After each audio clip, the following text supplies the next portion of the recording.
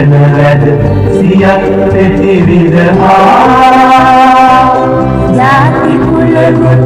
නේද පිරිමද පොරුවේ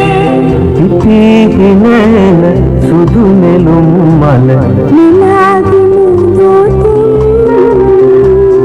නින්දට යන්නේ